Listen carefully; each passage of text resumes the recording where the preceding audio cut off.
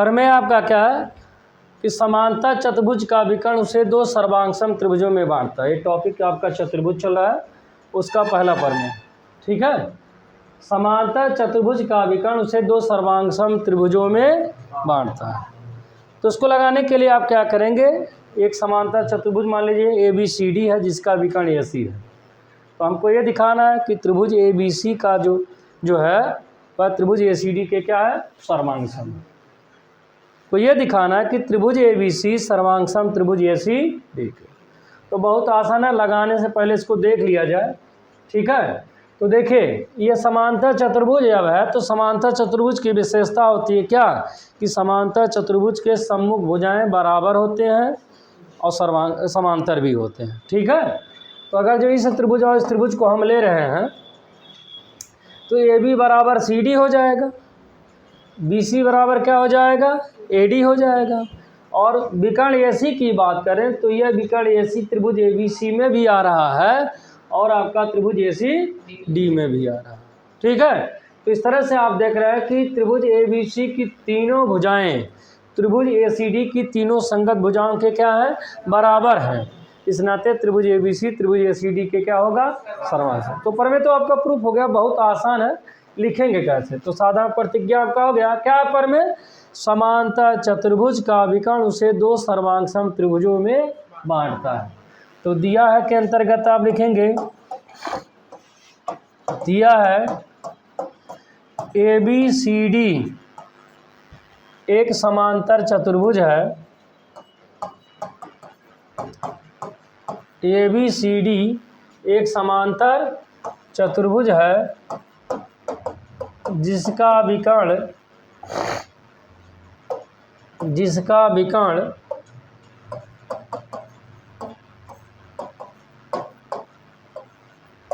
जिसका विकर्ण AC है।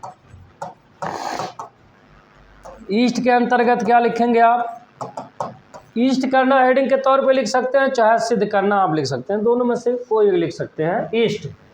ईस्ट छोटा पड़ता है इसलिए तो उसे लिख दिया जाता है। ईस्ट के अंतर्गत हमको क्या करना है कि त्रिभुज ABC सर्वांगसम है त्रिभुज ACD। त्रिभुज ABC सर्वांगसम किसके, त्रिभुज ACD। यही हमको क्या करना है, सिद्ध करना है।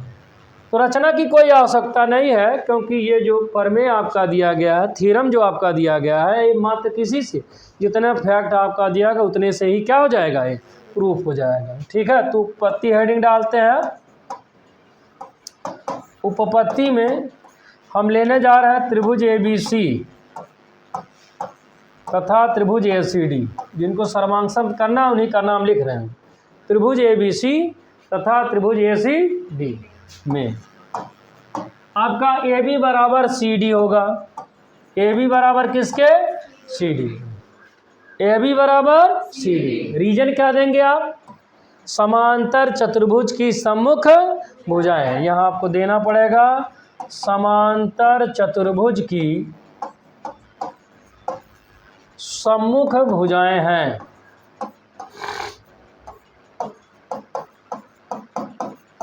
क्या है, समांतर चतुर्भुज की सम्मुख भुजाएं। फिर आपका BC बराबर AD लेंगे। भाई त्रिभुज ABC की भुजा जो BC है वह त्रिभुज ACD के भुजा AD के बराबर होगा। तो BC बराबर AD, इसमें भी रीजन क्या देंगे, समांतर चतुर्भुज की सम्मुख भुजा है। तो यहाँ लिखेंगे क्या, समांतर चतुर्भुज की सम्मुख भुजाएं हैं। समांतर चतुर्भुज की सम्मुख भुजाएं।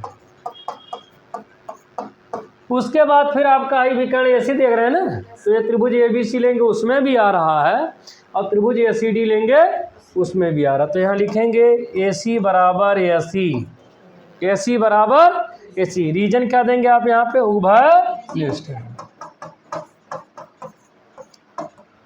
क्या है ये, उभयनिष्ठ। तो बहुत आसान प्रमेय आपका निकला। इसमें देख रहे हैं कि त्रिभुज ABC की तीनों भुजाएं त्रिभुज ACD की तीनों संगत भुजाओं के क्या हैं, बराबर हैं। इसलिए आपका क्या हो जाएगा, त्रिभुज ABC सर्वांगसम हो जाएगा किसके, त्रिभुज ACD, ठीक है। यही आपको सिद्ध करना था। बात समझ में आया? तो इसमें देखिए आपका क्या है, पर मैं एक बार फिर से रिपीट करते हैं ओनली इसको, कि यदि कोई समांतर चतुर्भुज है उसका विकर्ण उसे दो सर्वांग त्रिभुजों में क्या करता है, बांटता है। ठीक है, तो माना ABCD एक समांतर चतुर्भुज है जिसके विकर्ण AC है। बंद करो।